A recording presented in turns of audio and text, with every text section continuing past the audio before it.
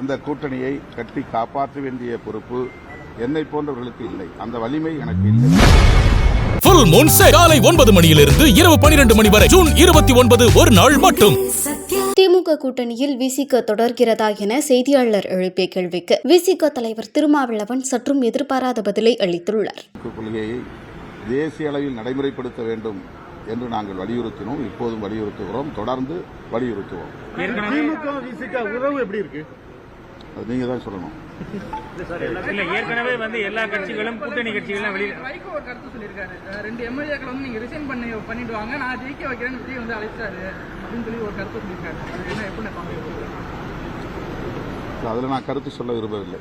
கூட்டணி கட்சிகளில் இருந்து திமுக கூட்டணி கட்சி நேற்று மதிமுக வெளியே வந்திருக்காங்க. ஒவ்வொரு கட்சியும் வெளியே இழந்துருச்சுன்னு நினைக்கிறீங்களா? இந்த கேள்வியை நீங்க திமுக திமுக கூட்டணியை பாதுகாக்க வேண்டும் என்கிற பொறுப்புணர்வோடு இயங்கிய ஒரு கட்சி. தேர்தலுக்கு முன்பு திமுக கூட்டணியை உடைப்பதற்கு பலரும் முயற்சித்தார்கள். அதுவும் என்னை வைத்து உடைக்கிற முயற்சி நடந்தது. அதற்கு நான் இணங்கவில்லை.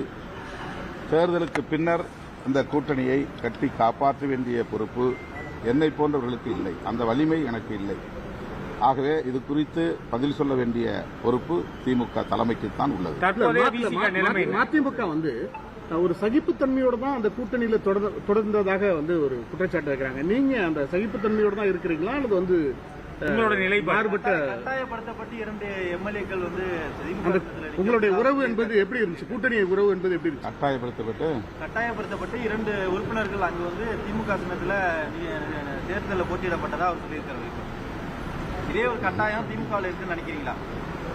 இந்த கேள்வியை நீங்க மதிமுகவுக்கும் திமுகவுக்கும் உங்களை பத்தி பேசியிருக்கிறாங்களே சார்.